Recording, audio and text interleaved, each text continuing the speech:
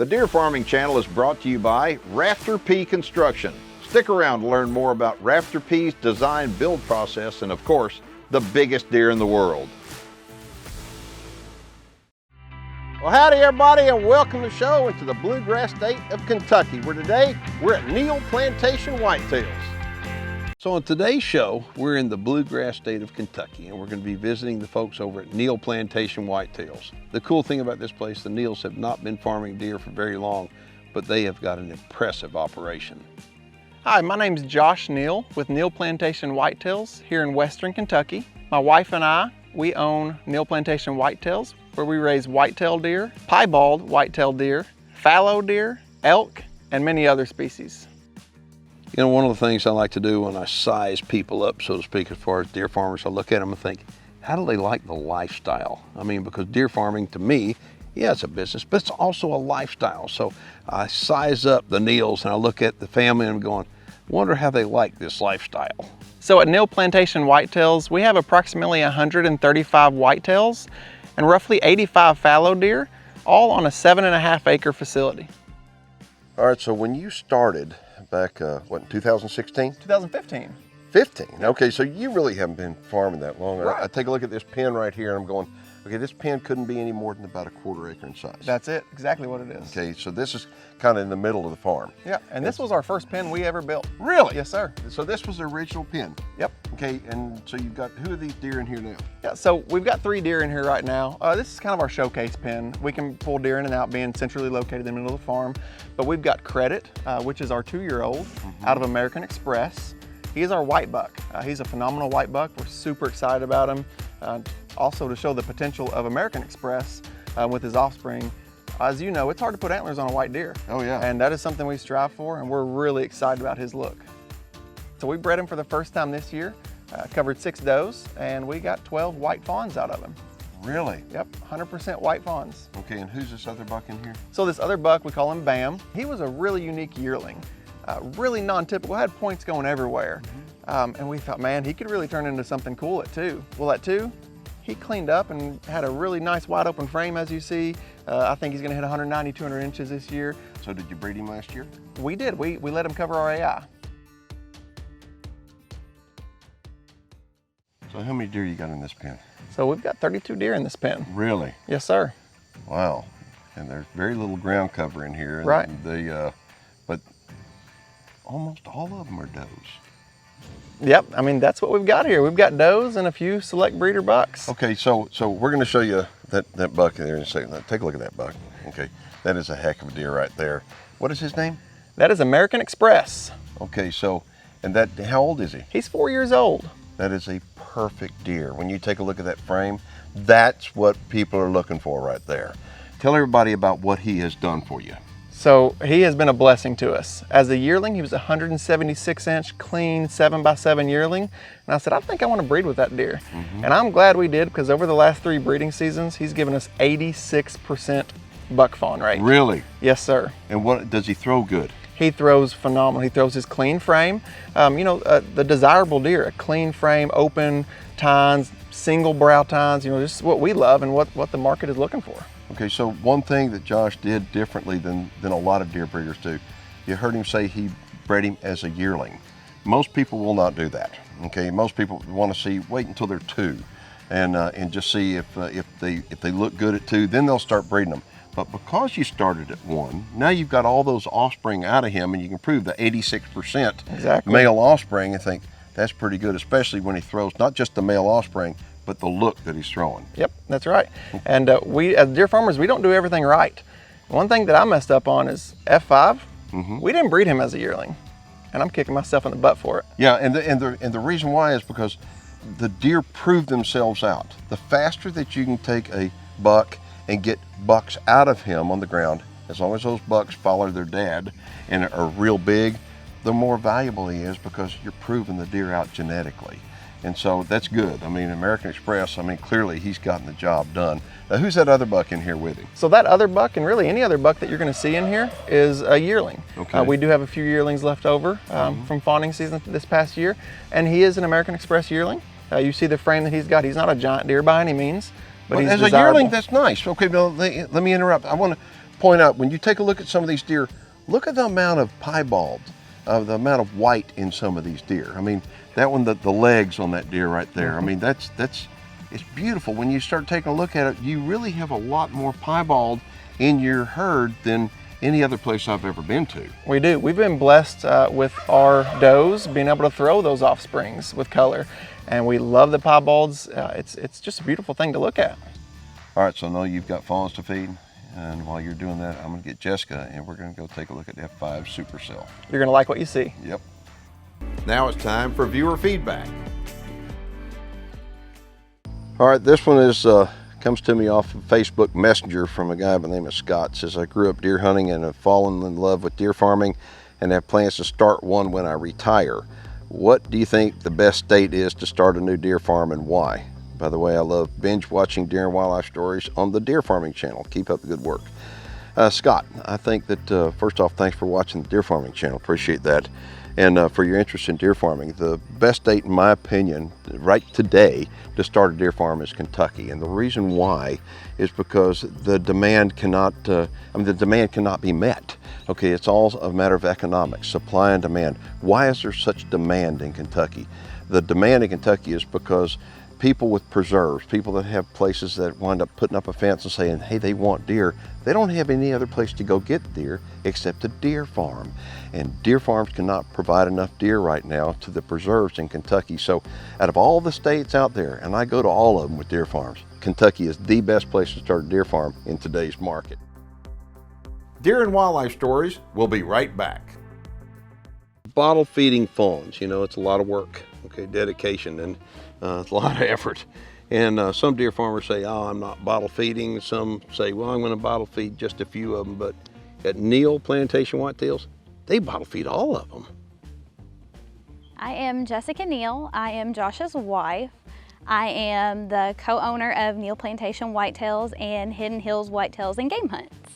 One of the reasons that we really got into whitetail was because it was something that we knew we could do as a family.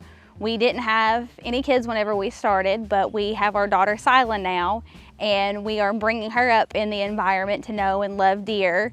And we also do the preserve with Josh's parents, Boyd and Kelly. So it's a generational thing for us now, and it's just growing more than we could ever have imagined. Take a look across this pen. There's one buck in here. He is beautiful. Look at him eating marshmallows right there. What is his name? His name is F5 Supercell. That's him? That's him. Okay, and he's got to be 3 now. He is 3. Okay, take a good close look at him at 3 years old. Okay, he has got everything that any deer breeder would want. He's got everything. Okay, now you take a look at that. I want to show you what he looked like at 2 years old. You're going to see how come people all over the country are talking about that. He had the frame. I mean, clearly he was over 400 inches at 2 years old. Y'all had your fingers crossed as he was growing out at age 3. And you take a look, he actually kind of cleaned up. He did. He looks beautiful. Okay, and y'all did use him for breeding. So how many fawns are on the ground out of him? Total, he has 150 fawns on the ground this year. Holy smokes! So the neighbors, when they go back up and forth, do they stop and take a look at him? Oh, definitely. I was going to say, where else are you going to drive in Kentucky and be able to see a deer like that? Now, where you got him in that's a kangaroo? That is a kangaroo. Now, how does he get along with the deer? He loves the deer. He was raised with whitetail, so he thinks he's a whitetail. Holy smokes, look at that. Now you got some real pretty does in here, some piebalds. What's the deal with them? Well, that is Praline and Mila. They are our babies. Okay. We have had Praline since we started. She was one of our first fawns that we got on the farm. And which one is that one? She is the one that we're going to ultrasound later. Oh, good, good. Okay. And why are we going to have to ultrasound her? She has had her milk sac for about 5 weeks now, and she still hasn't dropped any fawns. Okay. So we're just a little concerned, going to take a look and see what's going on. Okay, and the other one, what's her name? Mila. Okay. All right, are they related? They are not. Okay. Mila is actually our daughter's deer. So we have Mila and Sila. Okay, I got you. I just think that the white-tailed deer winds up bringing so many people together that we would never know each other if it wasn't for the white-tailed deer. Think about that. And then you take a look at a deer like F5 Supercell. I mean, he is a stud. He's awesome. And with 150 offspring on the ground, they're not just on the ground here. They're on the ground at deer farms all over the place, and not just Kentucky. People are using semen out of that buck all over the country. And It's the connection that they have with whitetail deer and through F5 Supercell that brings these people together. Take a look at these fallow deer. I mean, when did you start running into fallow deer like this? Well, that's a great question. So we've been doing whitetail since 2015, and in 2019, just a couple of years ago, we were able to get into the fallow side of the cervid industry, and we have absolutely loved it. These things are incredible. Well, the cool thing about it is if you're watching the show and you've watched for any length of time at all, you've known that more and more people are starting to get into the fallow industry. That's right. And the reason why is because there's a lot of money to be made on the fallow side. And in Kentucky, you're the daddy when it comes to fallow deer. Absolutely. So we own what I believe to be about 85 or 90% of the fallow herd in the state of Kentucky. Tell everybody the difference between raising fallow deer and raising whitetail deer. Yeah, so raising whitetail deer, as we've been doing for a few years, once we got into fallow deer, we went, oh my gosh, these are so easy to raise. Why didn't I start with fallow deer? Exactly. Yeah. Yeah, so they're very low maintenance. They're much less susceptible to some of the common illnesses and diseases with whitetail deer. They take care of themselves, and we let them do that. The things that I'm noticing about your fallow deer is that yours are more skittish. Yeah, and we give them kind of an open range. They've got a 3-acre pen that the majority of them stay in, and then we've separated that into some breeding pens, but they get their own range. They're a little bit more secluded than the whitetails, and we do that for a reason. We like that temperament in our fallow deer. We very seldom lay our hands on them unless they need to be worked. Like I said, they manage themselves, and we give them that space to do so. The bucks that you see right there, the real nice one there, the spotted fallow, he's 3 years old. Okay. As well as some of the other ones that are starting to get those palms on the top of their antlers. Those are all 3 years old. The spikes, we have a few spikes in here. Obviously they're first year deer. Right there. A couple does in here. So maturity on our fallow herd, 3 years old, that's when we're starting to see that desirable look that we're wanting in our fallow deer. Okay, so how is the market for fallow deer here in Kentucky? The market in Kentucky is incredible. It is absolutely incredible. There's a lot of demand and there's very little to be had. So us being able to maintain a large portion of the fallow in Kentucky, we're doing our best to initiate the growth in the state of Kentucky, and that's what we want to see. We want to see these things flourish in the state of Kentucky. And the thing about it is, I think the cost of entry as far as getting in the market with fallow deer is actually less expensive than whitetail deer, and the yield is there. And so if somebody wants more information on not just the whitetail here, but also the fallow, give them a phone number. Yeah, so our phone number is 270-339-9788. Josh Neal and Jessica Neal at Neal Plantation Whitetails here in Seabury, Kentucky. There are so many people that want big deer in Kentucky and so few deer breeders that the opportunity is wide open. It's for that reason I take a look at Josh. And Josh has helped so many people. Even Josh is a young man himself. He's helped other young people get started in the deer farming business, and they're doing well. And the reason why is because the market is robust right here in Kentucky. My name is Sean Longus, my wife Lauren Longus. We live in Hancock County, Kentucky, and we own Russian River Whitetails. This is my second oldest daughter, Layla. Tell them how old you are. I'm 9. 9 years old. I've met quite a few people deer farming. We first started off with our first Kayla event. It's kind of a great venue to reach out to other farmers, get people involved. Since I've been deer farming, I've met quite a few families that'll probably end up being lifetime friends. They've really helped me out a long ways. If it weren't for Josh and Jessica, I probably wouldn't be deer farming. They've helped us out tremendously. I'm Diana Gaines. I'm from Unbridled Whitetails, and this is our 3rd year doing deer farming. So I heard there's about 107 deer farms in Kentucky. We've met a lot of great friends doing this so far. I'm Cameron Ray of Rocky Creek Whitetails. We're located in Belden, Kentucky. I think the future of Kentucky deer farming is it's going up big. I'm not gonna say as big as other states yet, but I definitely feel like it's growing. We have new farms popping up, so that's always good for business. The more business the preserves do, the more it keeps farms like me in business. I definitely think that the deer business in Kentucky, the only way to go is up. So after the break, we're going to show you something that medically I've really never seen it done before on a deer. And then Josh is going to take care of a little elk. So Praline is a 6-year-old doe here at Neal Plantation Whitetails. She's given us twins for the past 5 years. And this year, in our eyes, we feel like she's a little bit behind on her pregnancy. So what we decided to do as precautionary is to invite a vet out and do a sonogram or ultrasound to check on Praline and her babies. I am Dr. Candace Wardrip, and I am a mobile veterinarian out of Hardinsburg, Kentucky. I work on about 90% livestock and do in-home and on-farm care and small animal wellness, but mainly predominantly livestock. So with deer in general, they're actually a very stressed species, so we actually take the most precautions possible. So as we access Praline today, we're gonna actually be utilizing a dart tranquilization, so we don't have to get close to her. The sedatives actually will calm her down and not make her know anything that's going on in the process. So we discovered that Praline is indeed pregnant. She is taking her time, which all good things come in time. So we don't want to rush anything, but we have got some healthy heartbeats. We have at least 3. We also checked on gut motility. So gut motility of the fluids going into their body also tell us that this gut's functioning, these fawns are alive. So everything looks really good. Everything looks really healthy. Praline's in excellent body condition to handle these fawns. So the process is going along as it should, and now we just have to be patient and wait. So on our ranch here at Hidden Hills Whitetails and Game, it's great to keep a good inventory of what we have here on our ranch. One of the things that we do to maintain inventory on our elk herd here at the ranch is by tagging each calf shortly after it's born.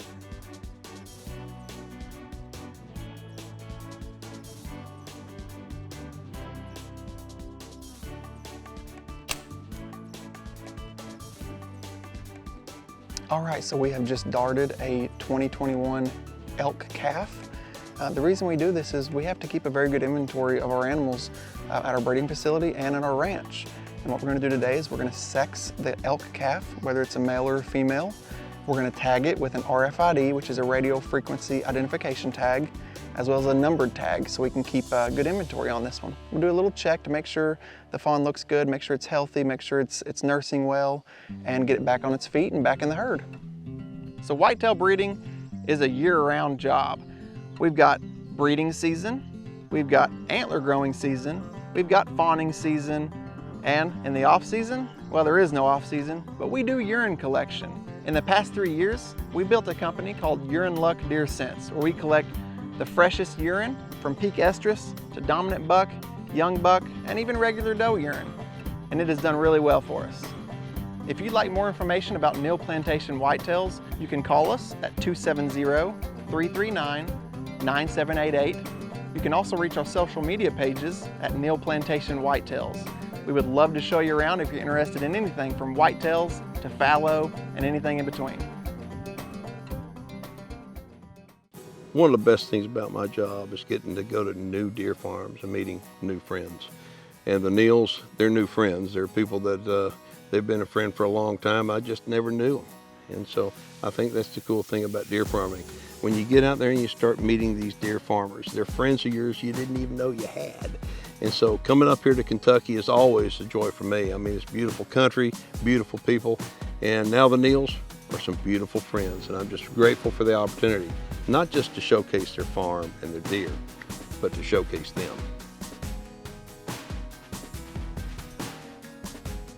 Okay, so you've got property and you're wanting to build.